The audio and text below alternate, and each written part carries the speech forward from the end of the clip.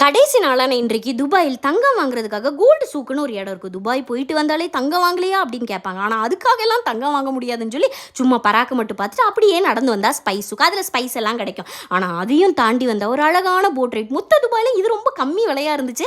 வெறும் 1 திரம்ஸா சர்ன்னு கூட்டு போய் விட்டுருவாங்க. அப்புறம் துபாயில் என்னோட சகாப்தம் இன்றுடன் நிறைவு பெற்றது. அடுத்த நாள் காலையில் கிளம்ப போகிறோன்னு வயிற்று கலக்கிற ஃபீலிங் ஆயிடுச்சு. அப்புறம் சாயங்காலம் ஒரு நல்ல ஒரு பீச் அமைதியாக போகலான்னு சொல்லிட்டு நைட்டோட நைட்டாக ஜேபிஆர் பீச், இது துபாயில் ரொம்ப ஃபேமஸ்.